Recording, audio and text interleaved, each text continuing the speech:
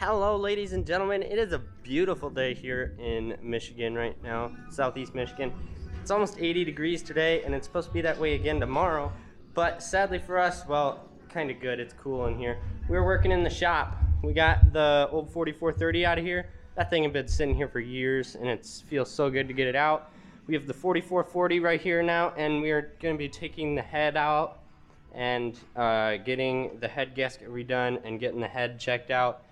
We think the head might be cracked, so if it is, we're going to be stealing the head off of the engine over there in the corner and putting it on. If it's not, then we'll have it all set up and coming back to us here soon.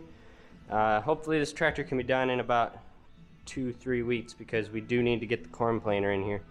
This tractor, 4960, we need to pull the injectors off and go and have them checked out because we're having a problem with it missing every now and then. I think I said this in a previous video, but we're gonna pull the injectors out and have them checked, and then we're also gonna have the valves set. And so, as you can see, thanks to John Deere engineers, we have a lot more to do to get to the valve gasket than we did there, or the valve cover, I mean. So yeah, we gotta take the exhaust off, we gotta take the intake off. Turbo should be able to stay on, and some miscellaneous brackets all in there that need to come off.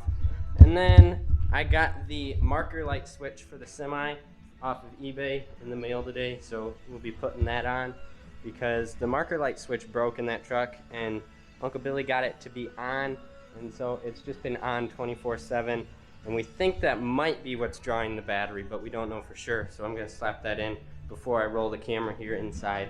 So here's the switch. And this is actually a Freightliner switch, but thanks to Ford, Freightliner and Sterling both run the same parts. So this is what it is right here. It's this really interesting looking switch. It's a one of a kind, so we can't just put a generic switch in there. So there's a plug in the dash. I just plug it in, pop it into the dash, and then put the bolts back in the dash, and I'll be done. So yeah, so it's got the off, on, and then I think there's a flash up on the top. So yeah.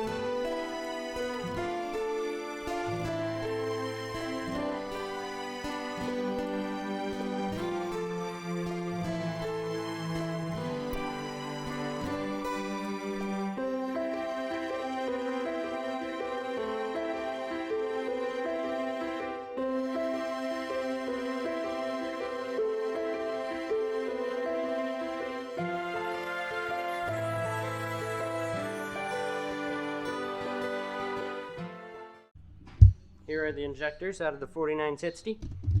That is the 4960 torn apart. It was, yeah, basically just the exhaust and the intake, which are both right there. They had to come out. And then the injector lines, which were fairly easy, and then the injectors themselves. And I got all of the injector ports on the injector pump and as well as in the head covered with paper towel, and the return line. And there's a return line up to the tank that's covered as well. So we got all of that taken off. we will be taking this cover off. This is where the valves are, and we got to reset the valves.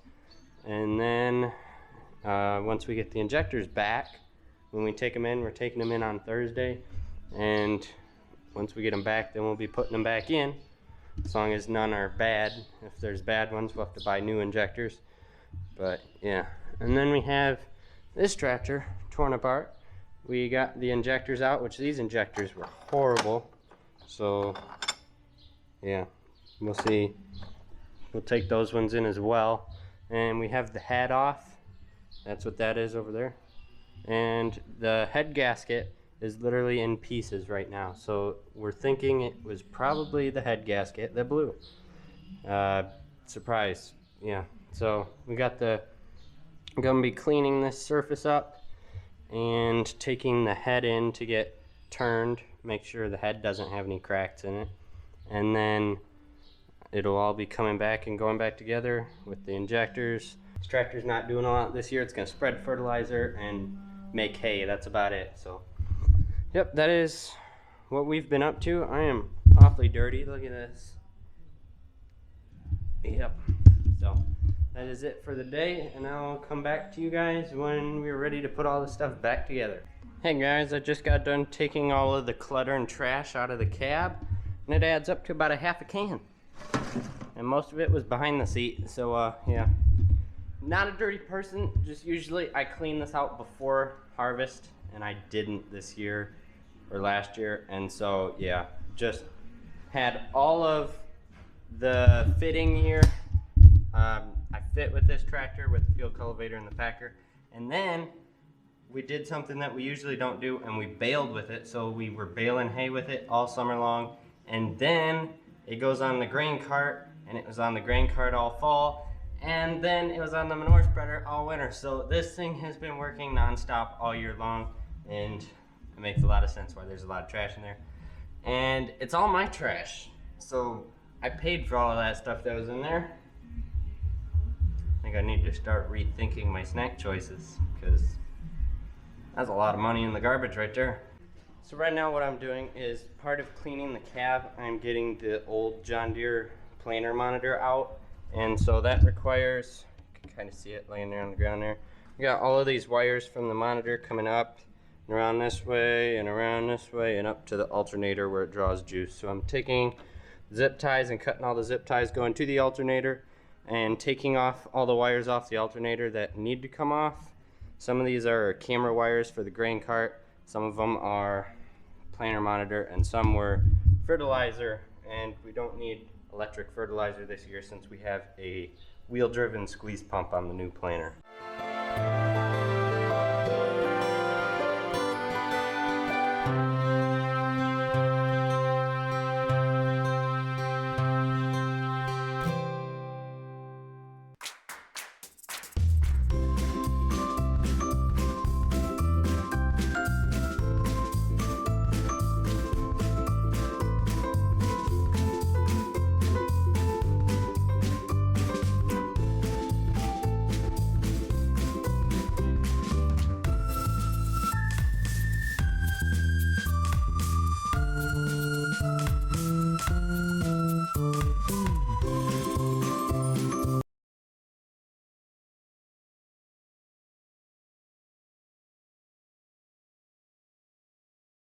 I got all of the wires pulled out through here. I haven't zip tied any of this up because I don't know exactly what the net system is going to be using power wise, so I figured if once we get the new system in, we can zip tie all that back up where it needs to go. I got the cab filter taken out and cleaned, and I cleaned out the AC condenser up on top of the cab. That thing was plugged up tight, and now hopefully it'll be all nice. Got the cab completely cleaned out and vacuumed, so she looks all pretty again. And I got the fold box in here for the planter as well. This is what controls your controls on the planter. The 6-row didn't have this box period. The 12-row has it because you need it to trigger a diverter to fold the planter up and unfold it. And then to shut your row markers off, you run it right there. And you have a drive disconnect, which this is what disengages half of the planter at a time. So left side shuts off, so now you're only planting with the right side. Right side shuts off, now you're only planting with the left side. And I have that running out the back window here because there's not a very long cord on this, and it runs to this plate right here, which has a plug on it that plugs into the plugs into the corn planter. So now she's ready. She's fastened there, got the cord fastened in a couple places. So now this is not fastened. We're gonna fasten this once we get the actual system in.